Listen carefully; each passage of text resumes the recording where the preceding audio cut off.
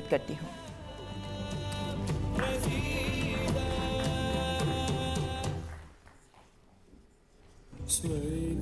माननीय जल शक्ति मंत्री श्री गजेंद्र सिंह शेखावत जी, माननीय सूचना एवं प्रसारण, युवा कार्यक्रम और खेल मंत्री श्री अनुराग सिंह ठाकुर जी, माननीय जल शक्ति और खाद्य प्रसंस्करण उद्योग राज्य मंत्री श्री प्रहलाद सिंह पटेल जी, सूचना और प्रसारण और उच्च शिक्षा सचिव श्री अमित खरे जी, जल शक्ति मंत्रालय के सचिव श्री पंकज कुमार जी, सीईओ प्रसार भारती श्री शशि शेखर वेम्पति जी, महानिदेशक national mission for clean Ganga Shri Rajiv Ranjan Mishra ji, Prasar Bharati board के सदस्य Shri Ashok Tandon ji, engineer in chief Ajay Gupta ji, मेरे सहयोगी ऑल इंडिया रेडियो के director general Venudhar Reddy ji, principal DG PIB Jaideep Bhatnagar ji and principal DG BOC Satyendra Prakash ji, और इस कार्यक्रम के सूत्रधार एंकर राजीव खंडेलवाल जी, और इनके पीछे जो एक क्रिएटिविटी जिस तरीके से उसको पर्दे पर उतारा, रग रग में गंगा की एग्जीक्यूटिव डायरेक्टर दिव्या भारद्वाज, सभी समस्त उपस्थित अधिकारीगण, सभी उपस्थित बंधुओं, आप सभी को मेरा हार्दिक अभिनंदन।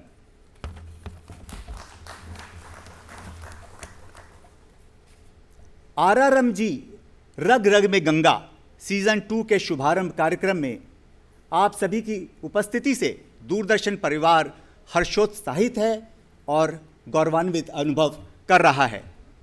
यह हमारे लिए एकमात्र कार्यक्रम ही नहीं है, यह हमारी भावनाओं से जुड़ा हुआ है। दूरदर्शन और एनएमसीजी की टीमों ने दोनों ने गहन विचार किए, मंथन किए, मेहनत की, और उनकी सृजनात्मकता का ये सब का मिला जुला संगम इस पर्दे पर रग रग में गंगा सीजन 2 में उभर कर आया है। पहले संस्करण की बहुत सफलता हुई, करीब 1.25 करोड़ दर्शकों तक यह पहुंचा, और बहुत सर हमारे पास अलग अलग माध्यमों से यह डिमांड आई कि रग रग में गंगा का सीजन 2 शुरू किया जाए। कोविड की वजह से इसमें डिले हुआ, लेकिन आज यह सजीव हो रहा है इस कार्यक्रम के माध्यम से, और बहुत समय बाद दूरदर्शन में सबकी उपस्थिति में हम लोग एक कार्यक्रम भी कर रहे हैं। तो मैं बहुत पर्सनली, और मैं और सारे दूरदर्शन वाले बहुत उत्साहित हैं। मैं बताना चाहूँगा कि रग रग में गंगा सीज़न 1 हमने 2019 में प्रसारित किया था, उसमें 21 कड़ियाँ थीं। सीज़न 2 में आगे बढ़कर अब 26 कड़ियाँ हैं। पहला कार्यक्रम गंगोत्री से प्रारंभ हुआ था, जबकि अब की बार हम लोगों ने उसको बद्रीनाथ और जोशीमठ से प्रारंभ किया है।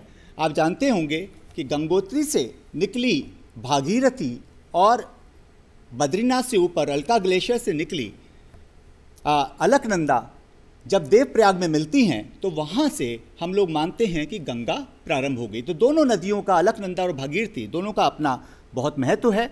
गंगा हमारे लिए जीवनदायिनी रही है, और हम इस कार्यक्रम का उद्देश्य है कि गंगा के संरक्षण के संदेश को जन जन तक पहुंचाया जाए, कैसे इसकी निर्मलता और अविरलता बनाई जा सके। इसके अंतर्गत अब की बार हम 26 शहरों के बारे में विस्तार से चर्चा करेंगे, गंगा के किनारे बसे हुए गाँवों के बारे में करेंगे, और कार्यक्रम को विस्तार देते हुए हम लोग वेटलैंड्स, विशेषकर जैसे हस्तिनापुर के पास हैदरपुर की वेस्टलैंड है, एटा के पास सरसाई नवर, और इन सबको, यहाँ की फ्लोरा फौना, इस सबको बहुत सुंदरता से कैमरे में कैद किया गया है। दिव्या भारद्वाज जो हैं उनकी टीम ने, और बड़ी संजीदगी से प्रस्तुत किया है राजीव खंडेलवाल जी ने। लगातार इसमें मार्गदर्शन रहा राजीव रंजन मिश्रा जी का। सीईओ साहब हमारे जो थे लगातार इसका जो थे वो रिव्यू लेते रहे हैं। गंगा में डॉल्फिन के संरक्षण पर भी जो है अब की बार बात करी जाएगी। इन्हीं शब्दों के साथ मैं आप सभी का पुनः धन्यवाद देता हूं यहाँ पर आने के लिए। एक कविता है अरुण जैसल, नए कवि, काशी हिंदू विश्वविद्यालय से, तो मैं उनकी कुछ पंक्तियों के साथ समाप्त करना चाहूँगा। अविरल कोमल चंचल निर्मल गंगा का यह पावन जल, थोड़ा चंचल थोड़ा शीतल गंगा का यह पावन जल, जो दरिया मिल जाए इसमें वह भी गंगा का पावन जल, जो भी मिल जाता है वह गंगा बन जाती है। अविरल कोमल चंचल निर्मल गंगा का यह पावन जल। धन्यवाद।